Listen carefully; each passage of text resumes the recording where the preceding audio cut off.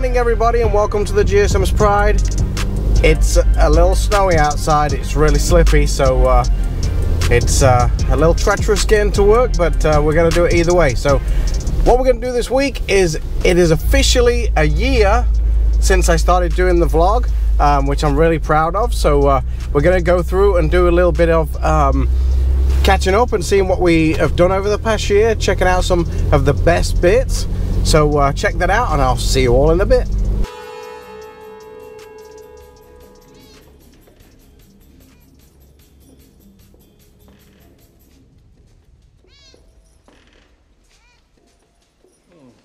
Deja vu.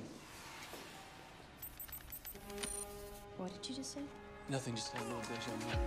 So my plan was to really just go over a couple of things that I'd seen over the past year, as great as the year's been. So I wanted to give you some highlights of things that we actually did and actually saw. So the first one I really wanted to talk about was the St. Louis Auto Show, and the first time we ever got to see a Bronco in person. It was kind of cool. We actually got to go in before everybody else because we got to go with Ford and check it out. That was a really neat day that we actually got to touch and feel that thing for the first time. So check that one out. Okay, so here we are at the auto show before it even opens. It is Wednesday, so it's not open till tomorrow, but I'm sure you can see in the background what we're here to see. We're lucky enough to get to see this before it even starts. So there you can see it. It's a two-door, so it's basically the same as the one I'm getting. So there she is, the one and only. Finally get to see it in person. This is a two-door. I'm getting a two-door myself, so this one is a Badlands though, so it's not the one that you get the big 12-inch screen. Obviously it's got the MIC roof on it, but I actually really like the colour of the roof. It's actually cool. This does have the Sasquatch package on it by it. The next one is the first Bronco off-rodeo that we went to down in Dallas, Texas. That was a really good event, as you can see during the actual footage. Good news is we got to go down there as a group before to kind of test out, really, before people got to go on that off-rodeo. There was a lot of really neat features on that. It was a really great trip.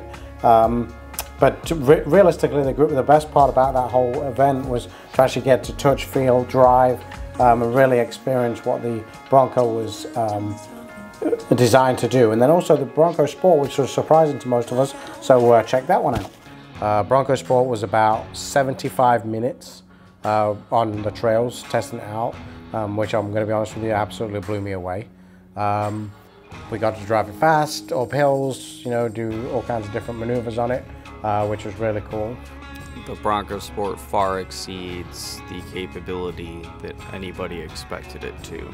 The Bronco Sport blew me away because I was not expecting that vehicle to be as capable as it was. I'll be honest with you, and I don't mean this in any disrespect, we kind of assumed that that vehicle was kind of a fancy escape, and it ended up being an extremely capable off-road vehicle. The next one is the extreme driving experience. We talked about that during the actual event, of what a great team building experience that was. So as you saw, we had a lot of fun. The team had a great amount of fun, and it was a really good event to go. One thing that I really have stressed to you guys over the last 12 months is you've got to build that team, and that is really important to do that. So do those things and check that one out.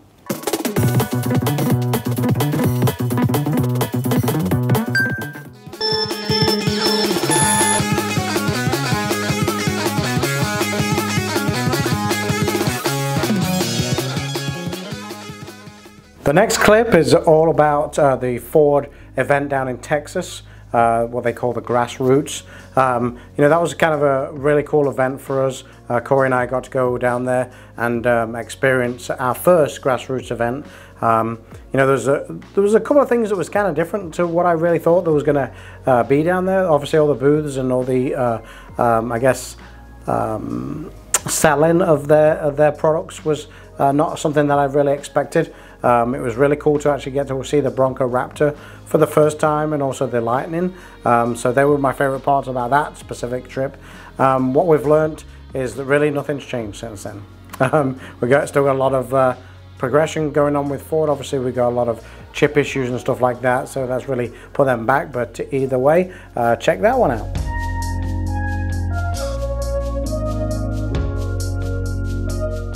Next clip was one of my favorites.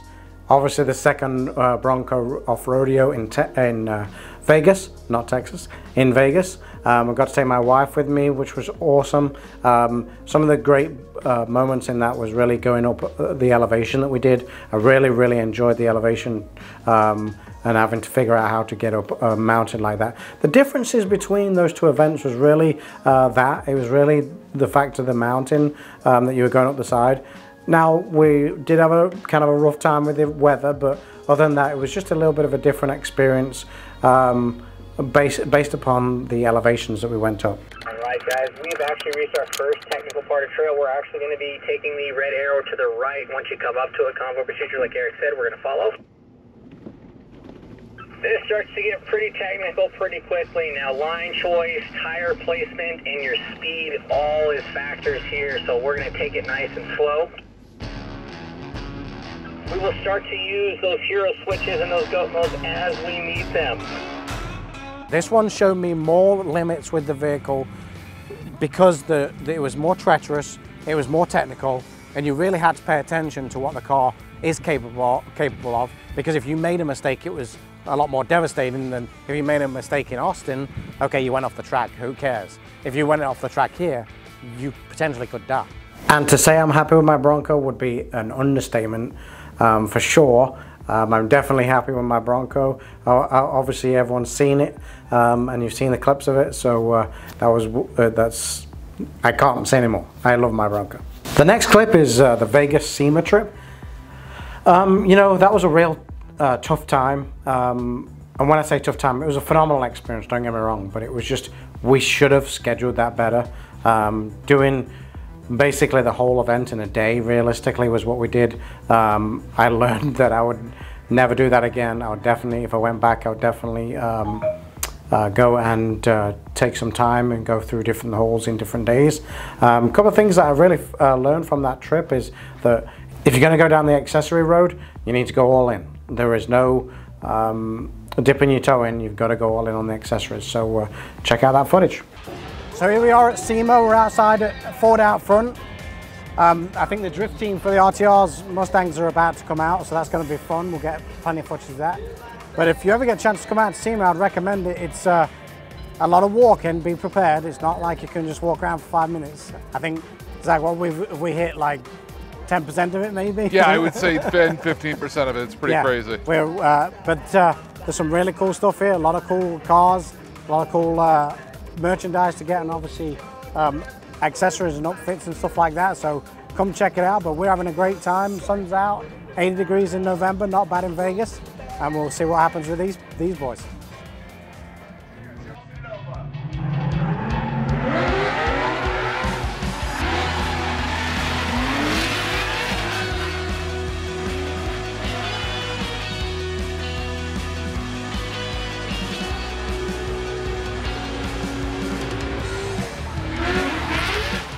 This is one of my absolute favorite vlogs that we did, was the Bronco at the wall, my Bronco at the wall. Obviously I'm very proud of that car. I've taken a lot of time to get that car to where I wanted it. A couple of things that I really enjoyed there was, you know, Zach was phenomenal driving the drone around, getting some absolutely amazing cool shots. The goal of that whole thing really was just to you know, really just show that car off a little bit, get some visibility for the car, and also for the fact that Lou Fuse itself did most of the work on that car. So I really wanted to showcase those and get that out there. So that was a great time, and I really enjoyed doing it. And also, yes, I was extremely happy with the footage and extremely happy with the Bronco. I couldn't be happier. That I really am proud of Zach for the way he edited that. I really loved it.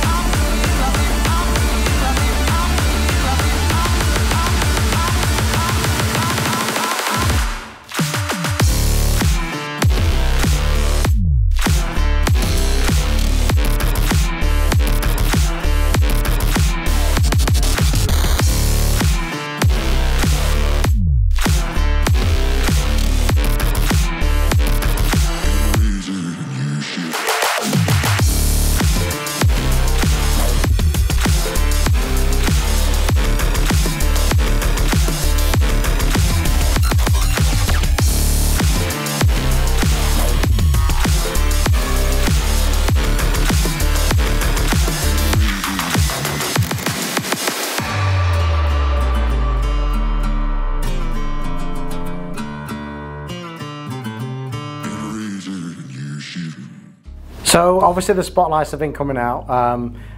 A couple of spotlights that really stand out are Jerry and Steve's. Obviously Jerry, we've done I think 3 now, and you know, he's got so much knowledge and experience in life that I just love listening to Jerry's stories. He's got so many, so I really couldn't sit here and tell you what was my favorite part, because they all were. You know, they were really good conversations. Obviously, it was kind of cool when I got the baseball for my son that was signed by Lou Brock. That was a neat experience. When Steve comes, you know, it took me a long time to get Steve to do those spotlights. He's pretty camera shy, doesn't really like to speak much about himself and other stuff. So it was kind of tough. You know, it was kind of nice with him going back over some of his old times. But you know, there's a couple of things I really wanted to talk to Steve about, but I knew he really wouldn't want to touch on those, so I left those alone. Some fudging of numbers on a couple deals at the end of the week sale, which I saw and called the person out on, and he got a little heated, I would say. Obviously, we have the Brawl in the Fall. Brawl in the Fall was excellent for my team. It built a lot of team morale. Obviously, we swept Chrysler 3 times, so that was awesome. You know, I really wanted to just give a shout out to the service department specifically, because the service department have done a great job over the last 12 months or 2 years even. We've had to change a lot of things, and I'm very proud. And in 2022, I'm going to really concentrate on doing a lot of things with service specifically. So check those out. I just want to say thank you guys for all the hard work. Hope you guys are having a little fun out of these competitions. We kind of tasked Mick with putting something together, and I think obviously outside of a witty name of Brawl in the Fall, everyone's definitely stepped up, and it's been a fun thing to see. So without further ado, I'm going to have you guys start eating. Just want to say thank you very much, and appreciate it.